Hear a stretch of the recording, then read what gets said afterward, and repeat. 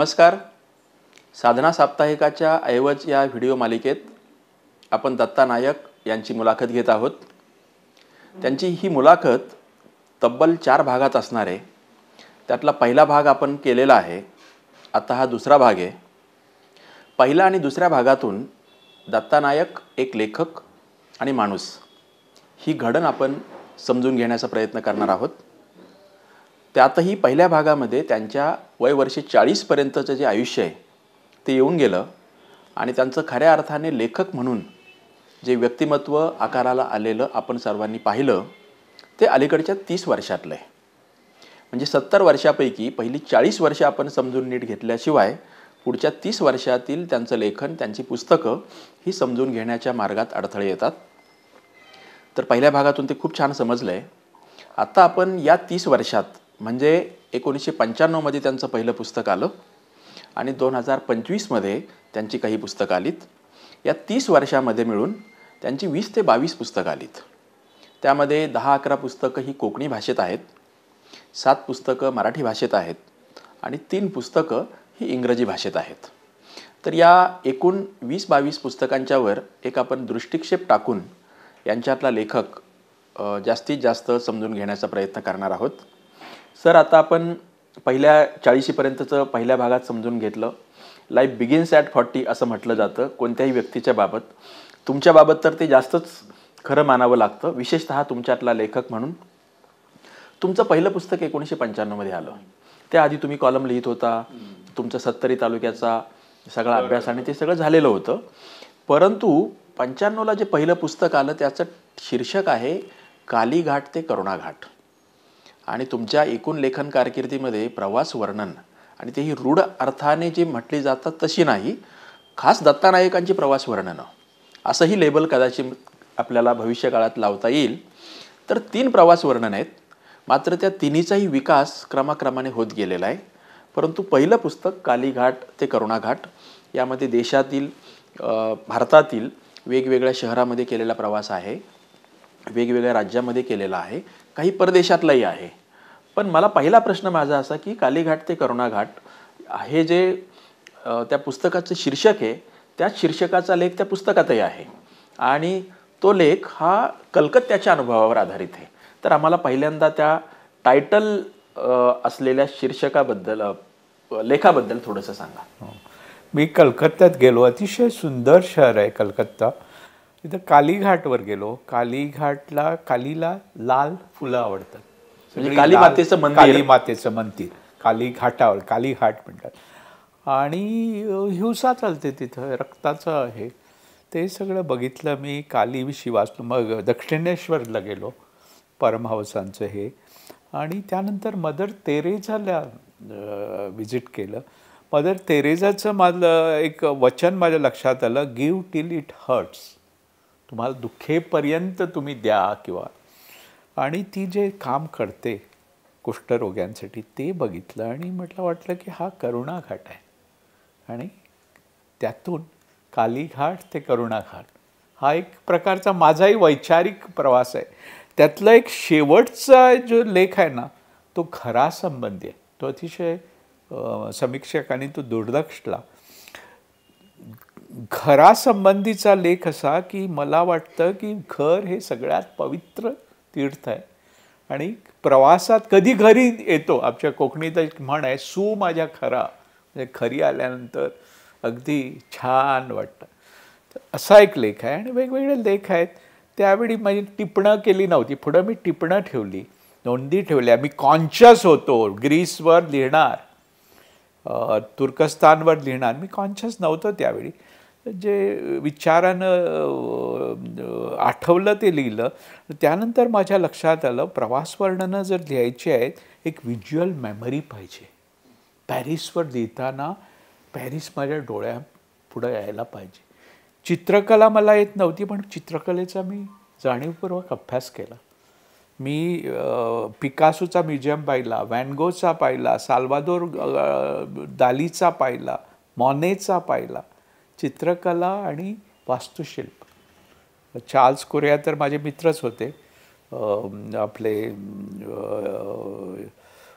श्रीलंकेचे जाफरी बावा अशा आर्किटेक्टविषयी मी घेतला. म्हणून माझी ती पुस्तकं मग प्रगल्भ होत गेली. ती पुढची प्रगल्भ होत गेली. तो कालीघाट हे अगदी प्राथमिक आहे, परंतु त्या प्राथमिक पुस्तकातही तुमच्या पुढच्या सगळ्या प्रवासाची जी एक झलक आहे तर ती बघायला मिळतात. पण मला आणखी एक प्रश्न असा विचारायचा की तुम्ही कलकत्त्याबद्दलचा जो लेख लिहिला आहे त्याच्या सुरुवातीलाच फोन नंबर फिरवताना 100, 101, 102 हा तर 100 काय पोलिसाचा, 101 काय अग्निशामक दलाचा आणि 102 हा मदर तेरेसा. तर हे खरं होतं? काय प्रकार होता तो? खरं होतं.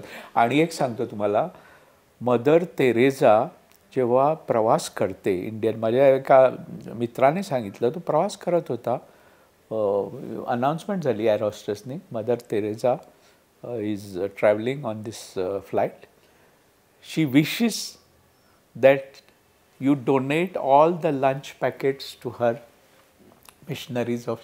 प्रत्येकाने ते पॅकेट दिलं. असं मदर तेरेसाविषयी मी अतिशय सहृदयतेने लिहिलेलं आहे. आणि एकूण ख्रिश्चन धर्माविषयी, ख्रिस्त जन्माचा उत्सव म्हणून माझं एक हे आहे. आणि एका माणसाने मला, तू ख्रिश्चन आहे का, एवढं तू असं लिहितो ख्रिस्ताविषयी. आणि माझं ते वाक्य असं आहे, खुरीस म्हणजे क्रॉस, हे एक मला अद्वैताचं रूप वाटतं. नाही, खुरसात मला द्वैत दिसतं, अद्वैत नाही. कळलं ना, उभं आणि आडवं असं ख्रिश्चन इमॅजिनरी माझ्या पुस्तकात खूप येतात. मुसलमान, आम्ही अरेबियन डेज लिहिताना मुस्लिम धर्माविषयी, ते एका ताटात का जेवतात, त्यांनी व्याज का बंद केलं, पोर्क का खात नाही, हे सगळं मी अभ्यास केला. आणि तो सगळं मी एकदा मिर्झा गालिबचं वाक्य वाचलं. मिर्झा गालिब म्हणतो, मला आंबे आवडतात आणि आंबे गोड असावेत आणि खूप असावेत. म्हणून माझ्या लक्षात आलं, आपण वाचनी लिहावं आणि खूप लिहावं. नुसतं काही लिहून असं नाही, एक दलित लेखक वगैरे दुर्दैवाने एक आत्मचरित लिहितात, संपून जातात. नाही, मी भरपूर लिहिलं. मी बहुप्रसवा लेखक आहे. माझं दुसरं लक्षात आलं, अरे कोकणी खरं आहे, मराठीचा आपण द्वेष, त्या थोडासा द्वेषच होता, दुस्वास किंवा विद्वेष होता, त्यातून मुक्त झालो. मराठीत लिहिलं, इंग्लिशमध्ये लिहिलं, असं 3 भाषात मी. तर कालीघाट ते करोना घाट हे तुमचं कोकणीतलं पुस्तक आहे. दुसरं जे पुस्तक आलं अरेबियन डेज तेही कोकणीतलं आहे, प्रवास वर्णन. आणि तिसरं जे प्रवास वर्णन इकेबाना आहे ते मात्र आपण मराठीमध्ये केलं, साधनातून त्याची लेखमाला आली, त्याबद्दल आपण येऊच. मला विचारायचे की पहिलं पुस्तक 1995 साली आलं आणि त्याचं काय स्वागत झालं, कशा प्रकारे तुमच्याकडे ओळख निर्माण झाली, ते अर्थात लेख होते, वर्तमानपत्रातून येऊन गेले असतील, त्याच्या काही आठवणी तुमच्या मनात आहेत? त्याचं चांगलं स्वागत झालं. आणि मला एक ललित लेखक म्हणून एक मला प्रतिष्ठा मिळाली आणि खूप लोकांना आवडलं. एक मला, आणि माझ्या वाचकात तुम्हाला सांगतो, स्त्रिया अधिक आहेत आणि वृद्ध अधिक आहेत आणि गावातले लोक आहेत. इथे मी साधनातसुद्धा लेख असतात, स्त्रिया खूप फोन करतात. एक बाई मला म्हणाली, माझ्या गरोदरपणात मी तुझी पुस्तकं वाचली, ही कालीघाट आणि ही, मला प्रसन्न वाटलं. तर माझं एक असं मत बनलेलं आहे, कन्सिडर्ड ओपिनियन, की दुःखाचे देव्हारे मांडून आपण असं दुःख साजरं करतो आणि साहित्य, ही प्रक्रिया मला बरोबर वाटत नाही. मन करा रे प्रसन्न, आपण आनंदाच्या अत्तरदाणीतून अत्तर उधळलं पाहिजे. लोकांचा मूड, ऑलरेडी लोक थकलेले आहे, डिप्रेस झालेले आहे. थोडं, अरे तुझा लेख मी रविवारी वाचला, साधना, छान वाटला, एवढंच मला.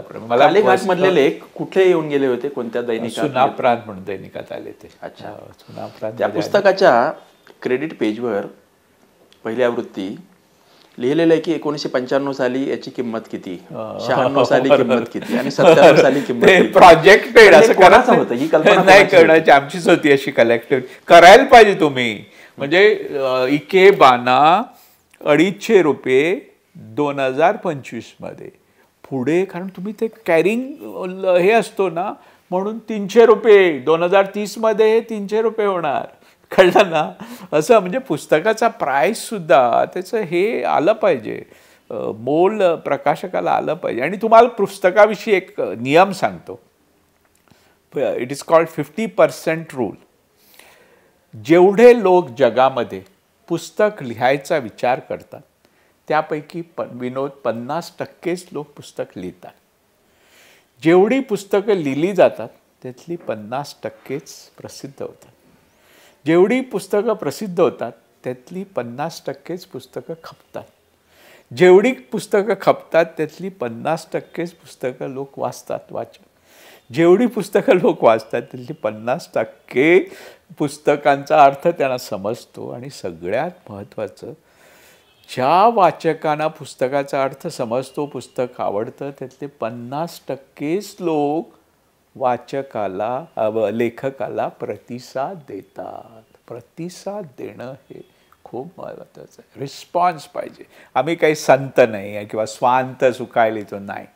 मला प्रशंसा पाहिजे. मी अगदी स्वच्छपणे प्रांजळपणे सांगेन मला आवडतं. तुझं हे आवडलं, हां मला बरं वाटतं. किंवा दखल घ्या, तुझं मला हे बिलकुल नाही आवडलं तरीसुद्धा मला आवडतं, पण तुझी दखलच घेत नाही कोण.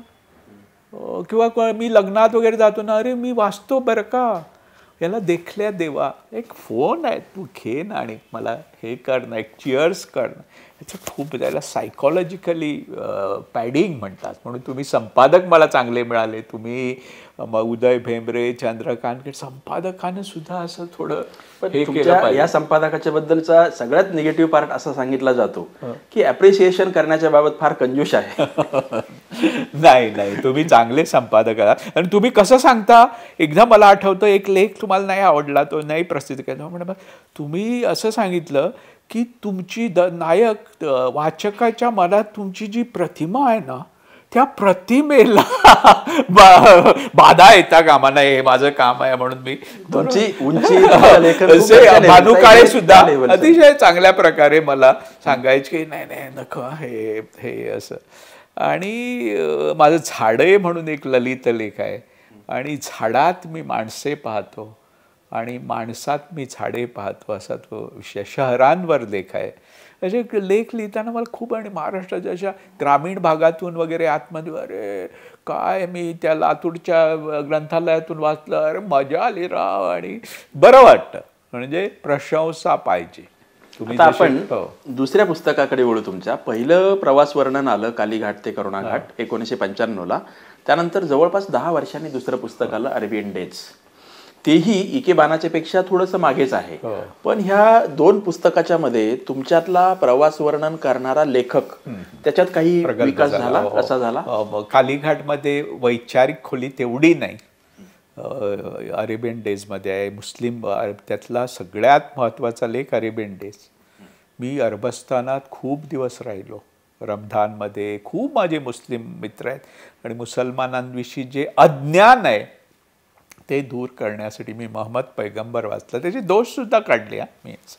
आणि त्याच्यामध्ये विचार आहे, माणसं आहेत, संस्कृती आहे, आणि थोडासा इम्प्रेशनिस्ट स्टाईलने लिहिलेले हे पुढची हे सगळी माझी पुस्तकं थोडीशी अशी इम्प्रेशनिस्ट. आणि मी प्रवास वर्णनं वाचली, कोकणीतली वाचली. हिमालयात नावाचं एक प्रवास वर्णन आहे, रवींद्र केळे, पु ल देशपांडे, पूर्वरंग, मीना प्रभू. मला फारशी प्रवास वर्णनं आवडली नाही. इंग्रजीमधली तुम्ही काही प्रवास वर्णनं वाचली? इंग्रजीमधली वाचली, मला आठवत नाहीत हे लेखक, पण इंग्रजीमधली सुद्धा वाचली, काही आवडली. आणि मी एक तंत्र, एवढं ते तंत्र मला आता साधलेलं आहे प्रवास वर्णनांचं. तुम्हाला सांगतो मी चॅलेंज देऊन, तुम्ही सांगा साधनेला दक्षिण आफ्रिकेवर लेख पाहिजे. मी दक्षिण आफ्रिकेत जाणार नाही. मी इंटरनेटवरून सगळं ब्राउज करीन. तुम्हाला संशय येणार नाही अशा पद्धतीनं मी तुम्हाला दक्षिण आफ्रिका, म्हणजे तंत्रावर पकड पाहिजे. म्हणून तिथं माझ्या लक्षात आलं, अरे आपण हे काय करतो, थोडीशी बुवाबाजीच आहे. आपल्या तंत्रात फसवतो, शब्दात फसवतो, विशेषणाची खैरात. म्हणून मग पुढं एक माझं एक वाक्य आलं, मला सरळ रेषेपेक्षा वक्र रेषा आवडते. विशेषणापेक्षा मला क्रियाविशेषण आवडतात. याचा अर्थ काय? विशेषण म्हणजे चौकस, हुशार, बुद्धिमान. क्रियाविशेषण बघा ना, हळूहळू, सावकाश, निवांतपणे, असे वाक्य आहेत. तर माझ्या लक्षात आलं की मी ट्रॅपमध्ये आहे, सापड्यात आहे, माझंच मी अनुकरण करतो आणि मी त्या माझं अनुकरण करण्याच्या ट्रॅपमधून बाहेर जायचा प्रयत्न करतो. आणि त्यातून मग तुमचं इकेबाना हे आकाराला आलं. आणि इकेबानाचं हे मुखपृष्ठ बघा ना, ही माझीच कल्पना. सगळीकडे ते मेमेंटोज आहेत. हे आहे रिकामं आहे. तो माझा नातू विचारतो, हे रिकामं का? रिकामं अशासाठी ज्या देशात मी गेलो नाही आणि जे मेमेंटोज सोव्हिनीर आणला नाही त्या देशासाठी. जपानवर याच्यावर हे आहे. तर इकेबाना मी अतिशय म्हणजे असं एक वाक्य आहे, मी वाचलं कुठंतरी, इतर फुले फुलतात, हिरवा चाफा पिकतो. बघा, हिरवा चाफ. तसं इतर पुस्तके लिहिली, इकेबाना पिकून आलं. असं आतमधून असं रसरसळून असं पक्क फळ होतं ना, आणि त्या देठावर असं ते पिकून आलं. आता तुमच्या ह्या प्रश्नाचं उत्तर आपल्या वाचकांनी जेव्हा ऐकतील तेव्हा ते कदाचित त्यांच्या मनात एक प्रश्न येऊन जाईल की यात तुम्हाला जर तंत्र एवढं साध्य झालंय तर असा एखादा लेख आहे का की तुम्ही गेलेला नाहीयेत पण लिहिलेला आहे? नाही, असं नाही, पण मी करू शकतो. आणि मी पुढे एक याच्यात नाही आला, तो साधनेच्या लेखात आला की आपण नेगेटिव्ह नाही लिहितो. आमच्या नंदादीपला मला वाटतं, माझी आठवण दगा देत नसेल तर, वाम जोशींनी प्रस्तावना लिहिली की अरे निसर्ग सुंदर आहे, सत्य आहे, शिव आहे. खरं नाही. निसर्गात क्रूर असतो. भेसूर इथं लॉस एंजलिसमध्ये बघा ना, भयाण असतो. याचं वर्णन तुम्ही करत नाही. सहाराचं वाळवंट किती भयाण आहे, प्रवासात किती दगदगी त्रास, हे आपण वाचकांना सांगत नाही. माझं असं हे झालं की थोडीशी बुवाबाजीच आहे ही, आणि त्या बुवाबाजीपासून एका भुलभुलैयात आपण हे करतो, कळलं ना. तरी पण वाचकांना आवडण्यासाठी पण आता एकतर जरी तुम्ही आता म्हणत असाल की तंत्र आहे, कला आहे, मात्र ज्याचं व्यक्तिमत्वच तसं नाही, त्याला बहुरंगी बहुआयामी, त्याला ते शक्य नाही. तरीही अनेक माणसं वेगवेगळ्या कारणाने प्रवास करतात, लेखक प्रवास करतात, किंवा लिहिण्याचं अंग असणारी माणसं प्रवास करतात, आणि तुमच्या इतकी कदाचित बहुआयामी नसतील पण बऱ्यापैकी आहेत वेगवेगळे डायमेन्शन्स. अशा लोकांना तुम्ही काही सांगाल का, की टिप्स म्हणून द्याल का, की तुमचे प्रवास वर्णनपर लेख चांगले व्हावेत यासाठी तुमच्या काही सूचना आहेत का? सूचना म्हणजे असं एक रिपोर्ट, म्हणजे असं प्रवास वर्णनं मी अशी वाचली की मी व्हिएतनामला जायचा विचार केला. मग विजासाठी हे सगळं एअरपोर्टवर उतरलो, तिथं टॅक्सी केली. हे सगळ्या अवांतर गोष्टी आहेत ना, त्या टाळल्या पाहिजे. Straight direct Vietnam, Ho Chi Minh city. आणि मग ते वाचन इथे कंटाळा येतो. तुम्ही पहिल्या काही first impression is very important. पहिल्या काही सेकंडमध्ये तुम्ही जर ते ग्रीप नाही घेतली, वाचक ते सोडून देतो. ते मला कळलं. आणि मग मी काही अनेक्डॉट, तिथले नेते, आता व्हिएतनामचं माझं टायटल होचिमिनचं व्हिएतनाम, व्हॅन गॉचं हॉलंड, अशी सगळी ती हे आहे. तिथल्या मी ग्रीसवर लिहिताना संबंध ग्रीक मायथॉलॉजीवर, मी पुराण कथांचा मी अभ्यास केला, फिलॉसॉफीचा अभ्यास केला. तुर्कस्तानवर देताना केमाल अतातुर्क पाशाचं चरित्र वाचलं. हे सगळं तुम्हाला इकेबानात मिळेल. तुम्ही असे प्रवास करायला जाता तेव्हा पूर्वतयारी म्हणून काय काय असते? आधी मी जायचो ज्यावेळी मला आंतरराष्ट्रीय प्रवासाचा फारसा अनुभव न, कंडक्टेड टूरने. आधीचे टूर सगळे कंडक्टेड केले, म्हणजे केसरी नाही, तिथले कॉस्मॉस, ग्लोबल, थॉमस कुक घेतला. आता मी माझा मुलगा किंवा सून किंवा मी एक टेलर मेड माझा प्रोग्राम करतो, कुठं जायचं आहे ते, आणि त्याप्रमाणे मी जातो. आता माझ्या बकेट लिस्टमध्ये आहे इस्रायल, युद्ध संपलं, दक्षिण आफ्रिका, दक्षिण इटली, स्कॅन्डिनेव्हियन देश मी गेलो आहे पण परत जाणार, ते नॉर्दर्न लाईट बघायला. जपानमध्ये जाणार, साकुरा बघायला, चेरी ब्लॉसम.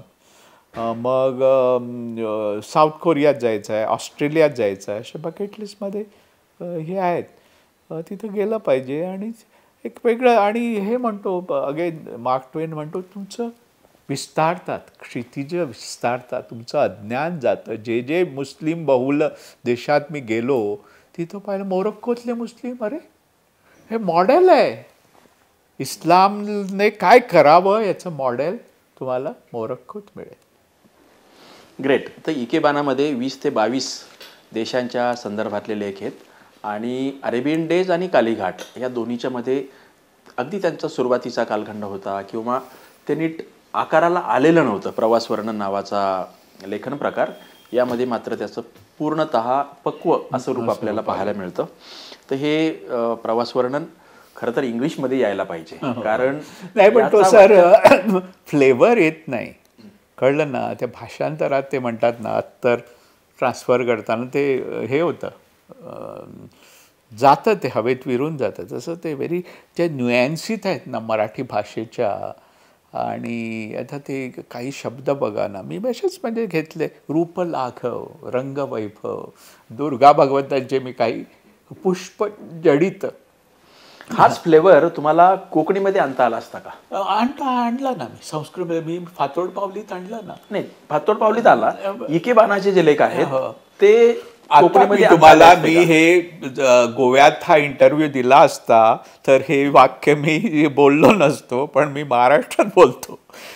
माझं स्वतःचं असं प्रांजळ मत आहे, मी माझी मातृभाषा कोकणीपेक्षा मराठीत अधिक प्रभावी लिहितो त्याच्यावर. आता मातृभाषेपेक्षा दुसऱ्या भाषेवर प्रभाव याचं कारण मी शिकलो ना ग्रॅज्युएशनपर्यंत, पण कोकणीसुद्धा चांगलं लिहितो मी. पण आता तुम्ही कोकणी चांगलंच लिहिता आणि मघाशी खरं तर पहिल्या भागात मुलाखतीच्या तुम्ही असं म्हणालात की जाय काय जुई हे जे तुमचा ललित निबंधाचं पुस्तक होतं ते पहिल्यांदा कोकणीत आलं, मराठीत नंतर आलं. मात्र त्यावर तुमच्यावर असे काही लोकांनी आक्षेप घेतला. तर त्या जाय काय जुई याच्यामध्ये ललित निबंध 2, 3, 4 पानांचे आहेत आणि हे 2006 मध्येच खरं तर त्याला साहित्य अकादमीचा पुरस्कार मिळाला कोकणी भाषेतला. आणि त्यानंतर तब्बल 10 वर्षांनी ते किंवा जास्त, आता 2024ला ते मराठीत आलंय. तर ह्या ललित निबंधाबद्दल, त्याच्या शैलीबद्दल सांगा, कारण आपण आता प्रवास वर्णनाबद्दल बोललो. तर हे ललित निबंध हा जाय काय जुईमध्ये मी अगदी साधे विषय मी हाताळले. म्हणजे दुपार. आता फारसे लोक दुपारविषयी लिहित नाहीत, संध्याकाळ, पहाट ह्याविषयी. मी दुपारविषयी एक 2 पानी लेख. सावली, शॅडो, खिडकी. अरे खिडकीतून मी कुठकुठं मी सुरुवातीचं वाक्य असं, गुहाना खिडकी नसते नव्हती, आणि पुढं पुढं खराना खिडक्या नसतील, फक्त दारं असतील. अशा वेगवेगळ्या विषयावर मी लेख लिहिले. ख्रिस्त जन्माचा उत्सव, नाताल, त्यावर लेख लिहिला. आणि मग स्नान, आंघोळ, झोप, या सगळ्या म्हणजे सगळ्या ऐहिक गोष्टीत सहनव भुनकतू म्हणून माझा एक खाद्य संस्कृतीवर, असे लहान लहान छोटे छोटे लेख. अतिशय ललित, संस्कृत प्रचूर, मराठी प्रचूर, काव्यात्मकता असलेले लेख. त्याच्यात माझ्या लक्षात आलं, सर्जनाच्या दृष्टीने 3 प्रक्रिया महत्त्वाच्या असतात. वितळणे, मेल्टिंग, मला वितळलं पाहिजे, माझं व्यक्तिमत्व वितळून ते मेण किंवा तो रसायन आलं पाहिजे. विरघळणे, बघा विरघळणे म्हणजे इंग्रजीत आपल्याला काय म्हणता येईल, मिक्सिंग पेक्षा तोशा मिक्सिंगमध्ये येत नाही, विरघळून गेलो. आणि ओतण्याची प्रक्रिया. आणि प्रवास वर्णनात मी प्रवास वर्णनाच्या पुढं जी मी जाय काय जुई नंतर काही कथा आहेत, त्याच्या सफदर रश्मीवर कथा आहे. त्यानंतर नागव्वा नावाच्या एका कन्स्ट्रक्शन वर्करच्या मुलीवर मी मानसशास्त्राचा अभ्यास केला. आणि मानवी मनाचं गूढ मी त्याचं कोडं सोडायचा प्रयत्न, मी साहित्य अकादमीचा पुरस्कार घेतल्यानंतर जे व्याख्यान केलं, थोडंसं भाषण, त्याच्यात मी म्हटलं, तमसो मा ज्योतिर्गमय, अंधारातून प्रकाशात ने, हे मला मान्य नाही. लेखकाने उजेडातून अंधारात गेलं पाहिजे. गर्भाशयात अंधार असतो, अंतरिक्षात अंधार असतं. अगेन अंधाराचं सार्वभौमत्व, अंधाराचं अथांगपण. मी अंधार मला आवडतो आणि म्हणून मी ते गूढतेचं, हे लिओनार्ड द विन्सी म्हणतात, एम्ब्रेस ॲम्बिग्युटी, संदिग्धतेला आलिंगन द्या. हे बुद्ध सुद्धा तसंच म्हणतो. आपण रॅशनलिस्ट म्हणजे काय, असे कप्पे करतो, नाही, पॅटर्न्स. संदिग्धता ही महत्त्वाची असते. म्हणून मला चौकोन आवडत नाही, चौकोनापेक्षा त्रिकोण आवडतो. गणिताच्या खूप संज्ञा येतात, म्हणजे कलनशास्त्र हा शब्द येतो, भूमितीय श्रेणीने हे शब्द येतात. त्रिकोण, त्रिकोण ही आकृतीच एवढी सुंदर आहे, त्या संबंधी येतं. किंवा वर्तुळ, वक्ररेषा या संदर्भात येतं. आता जाय काय जुई हे कोकणीतलं पुस्तक आहे, मराठीत ते 2024ला आलं, त्यामुळे मराठी वाचकांचा त्याला प्रतिसाद मिळणार नाही इतक्या लवकर, हे स्वाभाविक आहे. परंतु 2006ला साहित्य अकादमी मिळाली आणि जवळपास 18 वर्षे झालीत. तर या पुस्तकाला, ललित निबंधाच्या पुस्तकाला समीक्षकांनी कसं स्वीकारलं आणि वाचकांनी कसं स्वीकारलं, गोव्यातल्या आणि कोकणी भाषेतल्या? एक म्हणजे खूप त्याचं कौतुक झालं, प्रशंसा झाली. एका समीक्षकानं सांगितलं की तुझी पुरुष धार्जिणत्व दिसतं, तुला स्त्रीभान नाही, तेवढी टीका झाली. पण एक लक्षात घ्या, त्यानंतर मी फातोड पावली लिहिलं.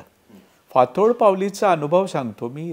शिव, राम आणि कृष्ण या 3 लोकदैवतावर ललित लेख लिहिले. त्याचं तुफान कौतुक झालं,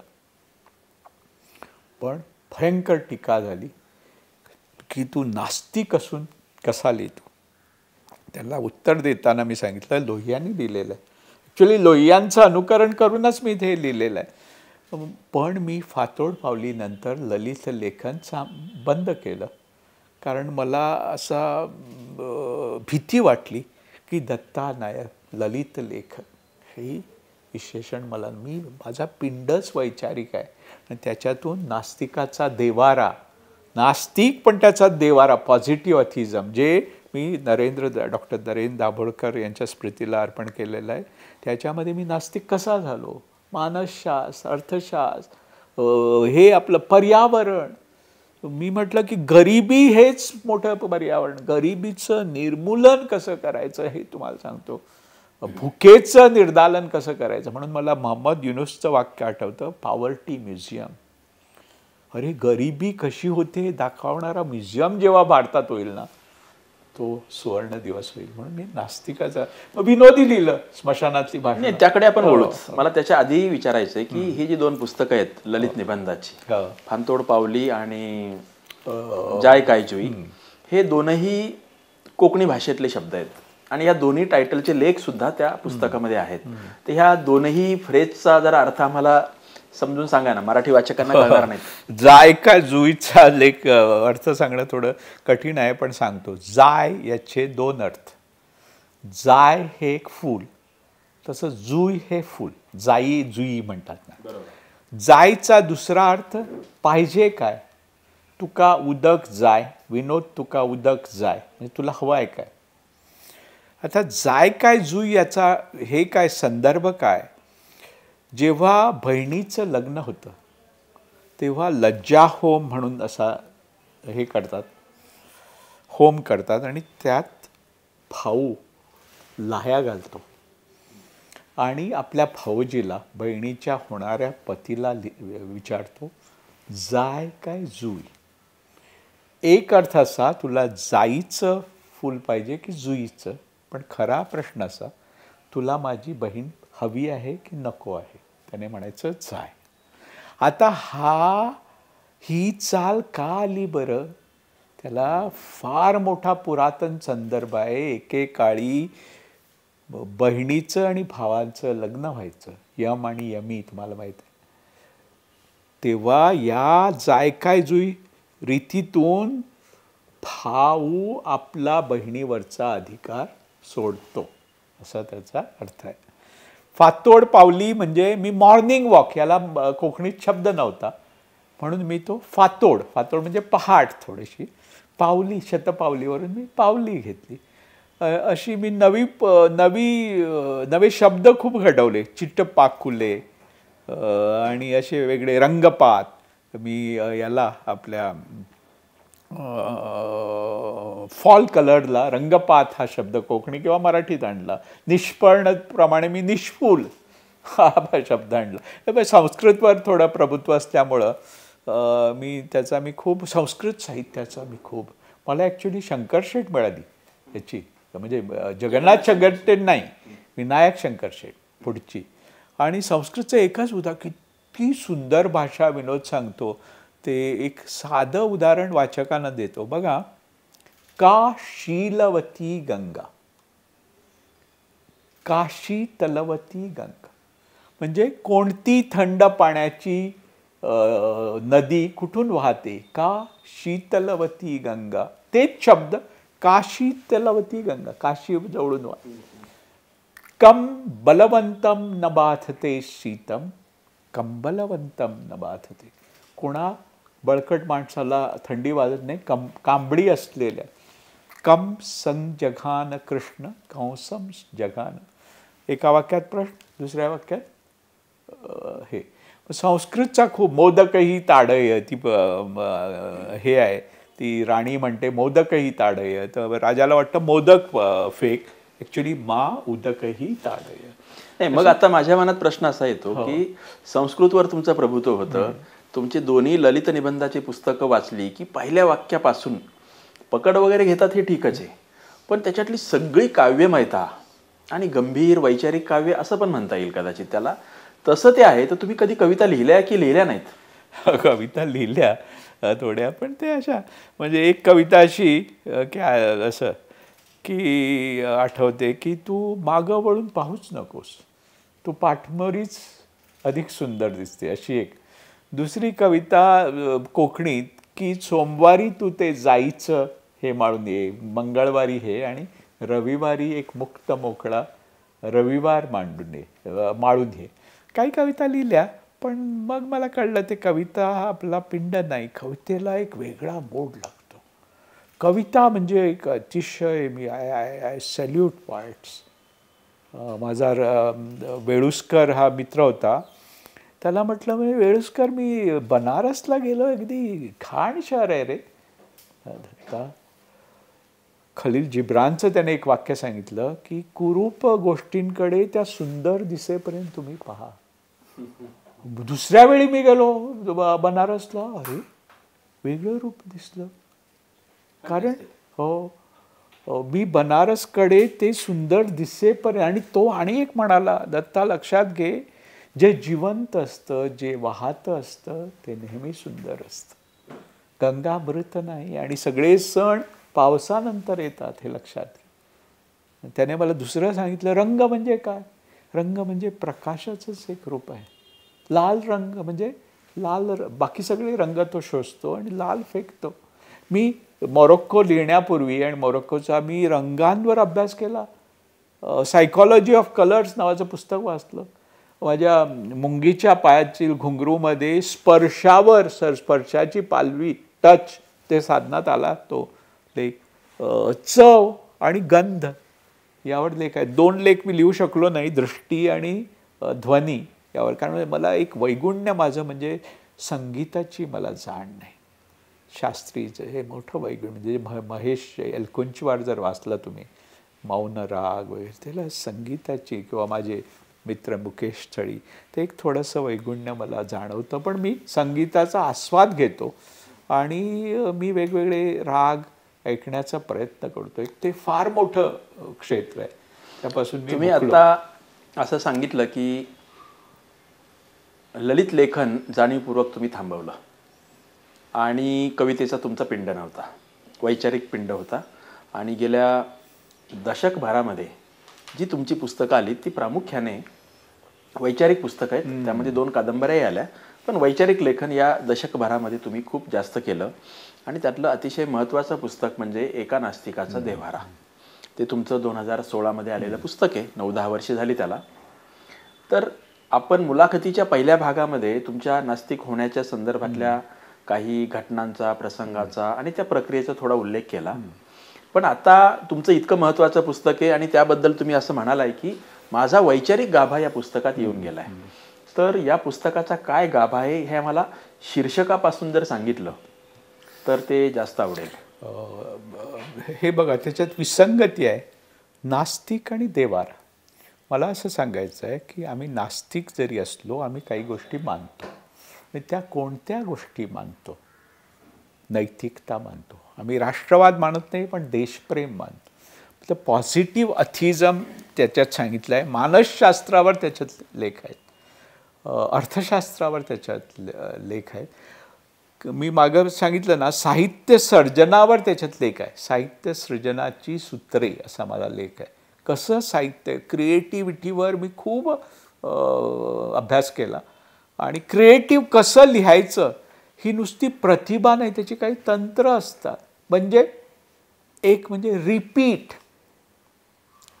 पुनरुच्चार करा. म्हणजे आपलं राष्ट्रगीत बघा ना, जय हे नाही, जय हे जय हे जय हे जय जय जय हे, किती सौंदर्य निर्मिती बघा ना त्याच्यातली, रिपिटेशन मुळे आली. मग इनवर्स, आता आपला फॅन, मग यातली हे दिली, फॅन इनवर्स केला की एक्झॉस्ट फॅन झाला. शीर्षासन, मग ऑर्डर बदलायची, नाईट वॉचमन. मोठं करायचं, आमच्या कोकणीत अशी काही हे आहेत, हत्ती, गजहत्ती. गजहत्ती म्हणजे मोठा हत्ती. आणि छोटं करायचं, देवी, देविका. देविका म्हणजे काय? छोटी देवी. कळलं ना? पणस, पणसूल, असे वेगवेगळी जी तंत्र आहेत ना. तुम्ही आता एका नास्तिकाचा देव्हारा हे जे टायटल आहे ते थोडंसं चकवणारं आहे. आणि तशीच मला 2 शीर्षकं जी आठवली. एक आह साळुंकेंचं आस्तिक शिरोमणी चार्वाक, आणि दुसरं नरहर कुरुंदकरांचं त्यांचा लेख आहे तो मी आस्तिक का नाही. आणि हे तुमच्या तिघांच्याही म्हटलं एक समाज मनाला एक चकवणारं आणि जो काही मुद्दा आहे तो ठसवणारं, ते एक इंटरेस्टिंग साम्य आहे. आता आपण थोडं पुढे जाऊया. सावित्री ही तुमची पहिली कादंबरी, आणि ती कादंबरी पण गेल्या दशकातलीच आहे.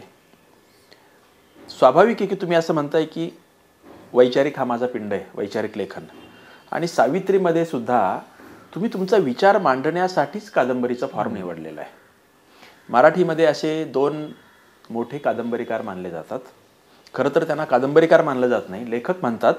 पण त्यांनी जे कादंबऱ्यांचे फॉर्म घेतले ते त्यांची तत्वचर्चा किंवा वैचारिक चर्चा करण्यासाठीच केलेली आहे. एक आहे वामन मल्हार जोशी, त्यांच्या नावावर 4-5 महत्त्वाच्या कादंबऱ्या आहेत. आणि दुसरे श्रीधर व्यंकटेश केतकर. तर माझा प्रश्न असा की सावित्री ही कादंबरी मध्ये जे काही तुम्ही मांडलंय, तर काय त्या कादंबरीचा गाभा आहे, आवाका आहे, आणि ते तुम्हाला वैचारिक पुस्तक म्हणून करता आलं नसतं का? कादंबरीचा फॉर्म का स्वीकारावा असा वाटला? सावित्री आणि त्याचा स्वैरानुभव चाफेगाळ एकच कादंबरी आहे ती. त्याचा मी चाफेगाळ, मी जेव्हा इंटरमध्ये होतो आणि बुद्धिप्रामाण्यवादी, एक ठरवलं की फिक्शन नाही वाचायचं यापुढं, कथा कादंबऱ्या. मी भरपूर नॉन फिक्शन, मग माझ्या लक्षात आलं हे चुकीचं आहे. मग मी फिक्शन्स वाचले. माझी सगळ्यात आवडती कादंबरीकार म्हणजे ॲन रँड. तिचं फाउंटन हेड आणि ॲटलास श्रग. आता कादंबऱ्या माझ्या लक्षात आल्या 2 प्रकारच्या. एक कथनात्मक, पल बकचं द गुड अर्थ, छान कादंबरी चीनवर. आणि ॲटलास श्रग्ड आणि जर फाउंटन हेड जर वाचलं, कादंबरीच्या फॉर्मॅटमधून लिहिलेलं वैचारिक पुस्तक. व्हॉट डज जॉन गाल्ट सेज, हा काहीतरी 30-35 पानांचा लेख, एक प्रकरण म्हणून त्याच्यात येतो. पण म्हटलं असं लिहूया कादंबरीच्या फॉर्म. आणि ज्या पुस्तकासाठी मी अतिशय श्रम घेतले, म्हणजे मी पहाटे 5 वाजता उठायचो, 4, 5, 6 वेळा पुनर्लिखाण केलं, मराठीत लिहिलं, मधु मंगेश कर्णिकांना पाठवलं, मावजोंना पाठवलं, खूप त्याच्यात फेरफार केले. ती पुस्तकं म्हणजे सावित्री आणि चाफेगाळ. यामध्ये ज्या ज्ञातीतून मी आलो, गौड सारस्वत ज्ञाती, त्याचा बराचसा इतिहास, आणि ती ज्ञाती बुद्धिमान ज्ञाती तिचं अधप्पतीकरण कसं चाललेलं आहे. म्हणजे मी असं म्हणेन की सारस्वतांचं भाजपीकरण चाललेलं आहे आणि त्यांच्या मठामध्ये देवळामध्ये जे चाललं आहे त्याच्यावर कठोर टीका करणारी ही कादंबरी आहे. सावित्री ही त्याची न्यायिका, आपला सिद्धार्थ हा त्याचा नायक, आणि ती अशी ट्विस्ट घेऊन अशी कादंबरी कुठच्याच्या, आणि ती बुद्धिझम बौद्ध धर्माचा जी माझा साधना आहे ते बौद्ध विचार मांडणारी ती कादंबरी आहे. आणि लोकायतपासून म्हणजे ती कंप्लीट वैचारिक कादंबरी आहे. आणि दुर्दैवानं तिचं फारसं स्वागत झालं नाही, याबद्दल मला दुःख नाही, पण समीक्षा झाली नाही आणि जो प्रक्षोभ व्हायला पाहिजे होता तो झाला नाही. मला थोडासा प्रक्षोभ व्हायला पाहिजे होता, थोडीशी कॉन्ट्रोवर्सी, तो झाला नाही. लोकांनी ती अशी हे झाली. पण कादंबरी लिखाणात मी थोडासा अपयशी झालो असं मी समजतो. मग त्याचं मग नाटक केलं. एकाही नाटक ग्रुपने ते केलं आणि ते म्हणाले तुझ्यामध्ये याच्यामध्ये सादरीकरणाचं मूल्य कमी आहे. मधु मंगेश कर्णिक मला म्हणाले तुझा बुद्धिझम तू याच्यात थोपला आहेस असं. मग मला पटलं त्यानं. आणि ते आणि एक सांगितलं त्यांनी मला, तू काय बरं म्हणाले ते, तू सांगतो आहेस, कादंबरीत सांगायचं नाही, वैचारिक याच्यात तू सांग प्रवास वर्णन, ते आम्हाला दिसलं पाहिजे, पेंट इट. म्हणजे त्या संभाषणात याच्यात मी कमी पडलो, कुठेतरी मी कमी पडलो. पण ते काय वेगळ्या दृष्टीनं म्हणजे कादंबरी ती अयशस्वी का झाली याची सुद्धा समीक्षा करा. तर मराठीत बघूया कशी ती हे होती. मराठीत लिहिताना मी ती जी पसरट होती ना ती, म्हणजे चाफेगाळ तुम्ही मराठीत आणली, सावित्री ही मूळ कोकणीमध्ये, आणि नाटक पण जे आहे ते तुम्ही कोकणीमध्येच आहे. तर आता सावित्री आणि त्याचा नाटक आणि कादंबरी यातून तुम्ही काहीतरी खूप शिकलात आणि त्याची एक थोडीशी झलक आता दाखवली. चाफेगाळ ही आत्ताच नुकतीच प्रकाशित झाली, तिचं बघूया आपण कसं स्वागत होईल. आता मला याच्या पुढचा प्रश्न की तुम्ही गांधारी नावाचं तुमचं जे पुस्तक आहे त्यामध्ये खरं तर व्यक्तिरेखा किंवा कथा आहेत आणि त्यामध्ये बऱ्याचशा कथा ह्या रामायण आणि महाभारतकालीन व्यक्तिरेखा ज्या आहेत त्यांचे संदर्भ आहेत किंवा त्या आहेत अशा ठेवल्यात, पण त्यांच्या याला जरा ट्विस्ट दिलेले आहेत. तर हा काय फेनॉमेना होता? नाही, या कथांमध्ये मी एक केलेलं आहे. गांधारीमध्ये त्या कथेला मी अतिशय, त्याला काय म्हणतात, सेरेंडिपिटी. तुम्हाला आश्चर्य वाटणार असं होय. मी शेवटी असं दाखवलं आहे, जेव्हा या वणव्यात धृतराष्ट्र आणि गांधारी सापडतात तेव्हा धृतराष्ट्र म्हणतो आता तू पट्टी सोडव आणि आम्हाला वाचव. म्हणते आता सांगते, कुरूनी आम्हाला फसवलं, तू अंध आहेस हे न सांगता, आणि गांधारांनी सुद्धा कुरूंना फसवलं, मी जन्मांधळी आहे, असा मी तो ट्विस्ट दिलेला आहे. त्याची मी आता हे करणार आहे, काय म्हणजे ती कादंबरीच होईल, म्हणजे कंप्लीट महाभारत, एवढीच कथा नाही. मग उर्मिलेवर मी लिहिलं. लक्ष्मण जातो रामाबरोबर, बघा उर्मिलेला नेत नाही, तो निद्रादेवीची तपस्या करतो की मला 14 वर्ष झोप येता कामा नये. ती म्हणते मान्य, पण कुणाला तरी झोप यायला पाहिजे. मग तो म्हणतो उर्मिलेला, ती 14 वर्ष झोपते. 14 वर्षांनी हा अयोध्येला जातो, उर्मिलेच्या याच्यात आतुरपणे जातो. तर उर्मिला जागी असते पण लक्ष्मण 14 वर्ष झोपतो. बघा, एकलव्याची ट्विस्ट केलेले, द्रोणाचार्य उजव्या हाताचा अंगठा तो लगेच काढून देतो. म्हणतो द्रोणाचार्य मला माहीत होतं ही ब्राह्मणांचा हा कावेबाजपणा, म्हणून मी डावखुरा आहे. अशी अशी ट्विस्ट दिलेली आहे. आणि एक महाभारताविषयी एक मी असं वाचलं, म्हणजे लेखकानं गॅप्स बघायला पाहिजे, कळलं ना, अशा गॅप्स असतात. एक मी कथा वाचली कुठेतरी, 18 दिवस युद्ध होतं आणि 18व्या दिवशी ते चोर घुसतात कुरुक्षेत्रावर, आणि काय त्या हे मुकुट हार हे तलवारी सगळं मेटल ना चोरतात. पहाट होते, एक चोर एक घंटा बेल उचलतो, त्या घंटेच्या खाली एक अंड असतं आणि ते अंड फुटून त्यातून एक छोटंसं पाखरू येतं. म्हणजे मृत्यूचा संहार आणि जन्म असं ते सगळं आता आपण रामायण महाभारत या दोन महाकाव्याच्या जवळून जातोय, तर तुम्ही हितोपदेश आणि पंचतंत्र या दोन्हीचाही उपयोग करून आधुनिक हितोपदेश आणि आधुनिक पंचतंत्र ही दोन पुस्तकं गेल्या 5-6 वर्षात लिहिली आणि ती खास मुलांसाठी लिहिलीत आणि ती इंग्रजीमध्ये लिहिलेली आहेत.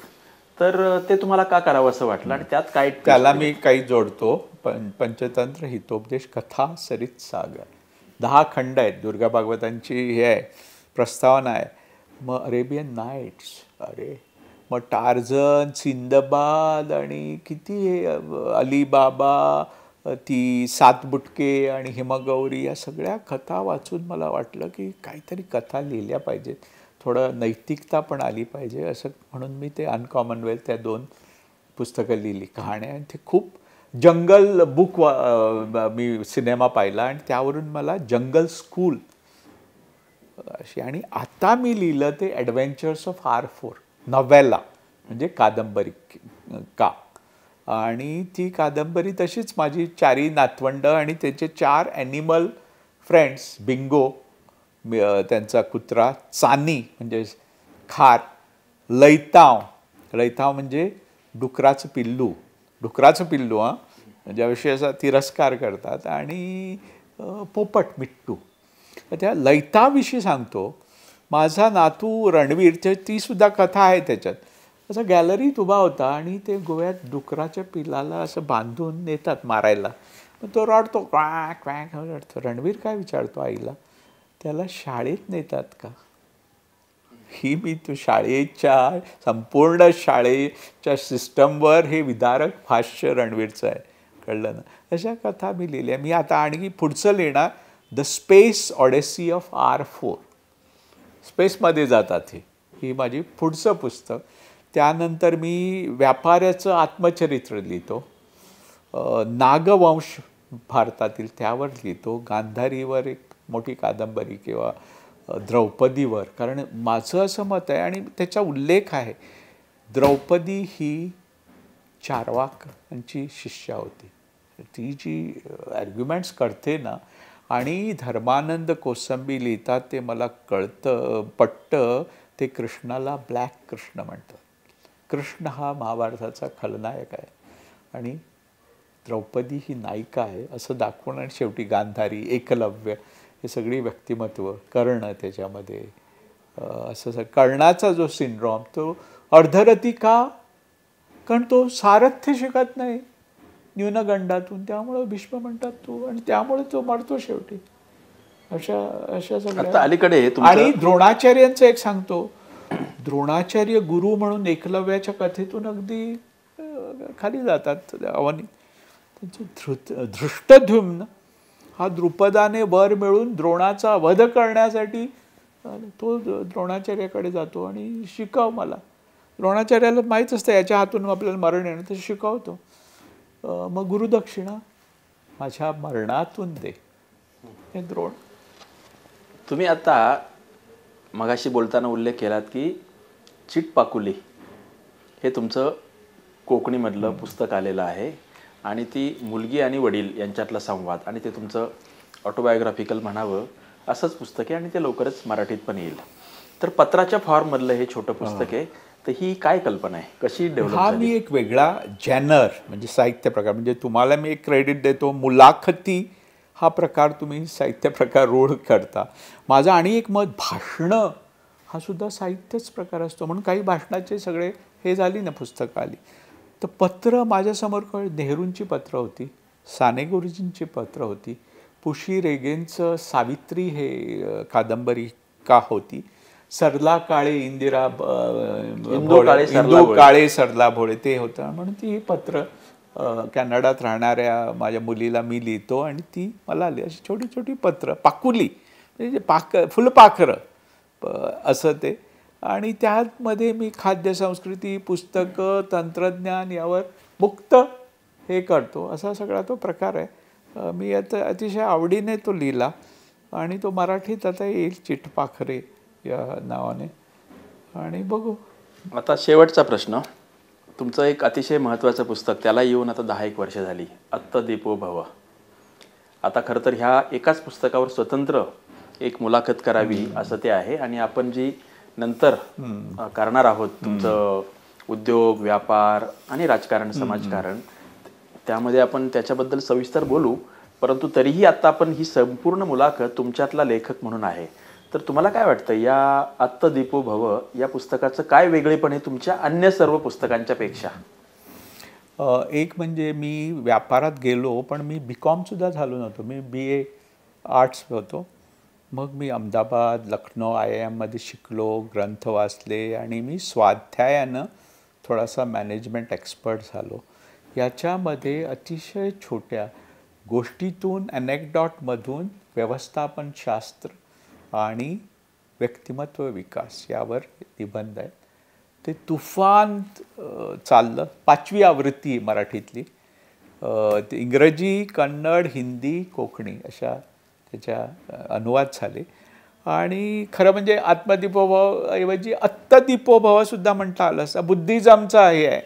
आणि मी अतिशय म्हणजे माझं मॅग्नम ओपसपणा किंवा असं अतिशय मी गोड हे निवांत याच्यामध्ये लिहिलेलं हे पुस्तक आहे. तिथं मी एक संकल्पना तुम्हाला सांगतो, ब्लिस ऑफ सॉलिट्यूड. जे लेखक लोकांतात असतात ना ते संपतात. चांगली उदाहरणं म्हणजे पु ल देशपांडे. पु ल देशपांडे लोकांमध्ये मिसळून संपले. J. कुलकर्णीपेक्षा सारखा एकांत पाहिजे, निवांत. त्या ब्लिस ऑफ सॉलिट्यूडमध्ये जे एकटेपणाचं सुख आहे ना ते मग लेखक. आणि याच्यामध्ये मी ब्लिस ऑफ सॉलिट्यूडमध्ये गेलो. व्यवस्थापनशास्त्र, व्यक्तिमत्व विकास, बौद्ध धर्म, आपलं उपनिषदांचं याचं सगळं सार काढून सार रूपाने, सूत्र रूपाने, गोष्टी रूपाने मी ते लिहिलं. आणि माझ्यासमोर एक पुस्तक होतं बेंचमार्कसाठी, the art of thinking clearly. अतिशय सुंदर, म्हणजे मराठीत आलं पाहिजे ते. त्याचं हे करून अशी दुपानी पुस्तकं. म्हणून मला साधनाचे संपादक म्हणून तुम्हाला एक सूचना, साधनात एक दुपानी दुर्गा भागवतांचं पुस्तक आहे, दुपानी सदर करा लगेच. आता इकॉनॉमिक्समध्ये बघा ना, छोटी. आणि मी एक आवर्जून छोटं विस्तृत लिहायचं नाही. छोटं, अगेन साने गुरुजी किंवा रवींद्र, छोटं लिहायचं. कारण हे टेस्ट मॅचचे दिवस गेले, 50-50चे दिवस गेले, 20-20चे दिवस आहेत, इन्स्टंट कॉफीचे दिवस आहेत, noodle Maggi 1 minute 2 minute Maggi नूडल्सचे अतिशय संक्षिप्तपणे, अर्थघन, तुम्हाला पसरटपणा नको तो. म्हणून मी मराठीत, आणि तुम्हाला सांगतो कोकणीत माझ्या लेखनात पसरटपणा येतो, मराठीत येत नाही. आणि इंग्रजीत तर बिलकुल नाही. इंग्रजी ही एवढी न्यूट्रल आणि एवढी बॅलन्स भाषा आहे, त्याच्यात तुम्ही सब्जेक्टिव्ह होऊच शकत नाही. अतिशय छान भाषा. आणि त्याच्यात मी माझी इंग्रजी तेवढी शशी तरूल किंवा आपले रस्किन बॉन्ड एवढी सुंदर नाही, पण लिहिली मी. मुलांना आवडलं. मुलं येतात, सर मी तुमची कथा सांगितली, बिंगो म्हणून एक कथा आहे, आणि मला पहिलं कथाकथनात मिळालं. पण साने गुरुजी कथामालेची जे आपला जे उपक्रम आहे ना तो आपण राबवलं पाहिजे. गोष्टी लोकांना आवडतात.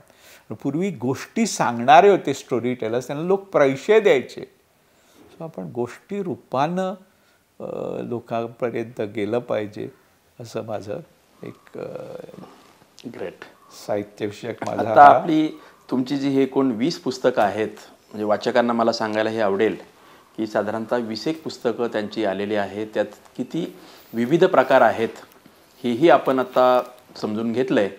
परंतु जर कोणाला दत्ता नायकांची 3 किंवा 4च पुस्तकं वाचून त्यांचा गाभा आवाका समजून घ्यायचा असेल तर मी म्हणेल की एका नास्तिकाचा देव्हारा, दुसरं इकेबाना, तिसरं जाय काय जुई आणि चौथं आत्मदीपो भव. ही 4 पुस्तकं जर वाचली तर उरलेल्या पुस्तकाकडे आपोआपच वळावंसं वाटेल. पण प्रारंभ करण्यासाठी ही अतिशय उत्तम आहेत. तर अशा पद्धतीने आपण दुसराही तुमच्या मुलाखतीचा भाग शक्य तितका चांगला उतरवण्याचा प्रयत्न केला आहे. तुमच्या मुलाखतीचा पार्ट 3 आणि पार्ट 4 हे आपण तुमचा उद्योग, व्यवसाय आणि राजकारण, समाजकारण याबद्दल करणार आहोत. आत्ता आपण थांबूया. तुम्ही इतका छान वेळ दिला, इतक्या छान गप्पा मारल्या, याबद्दल मनपूर्वक धन्यवाद. तुम्हालाही धन्यवाद, कृतज्ञता मी व्यक्त करतो.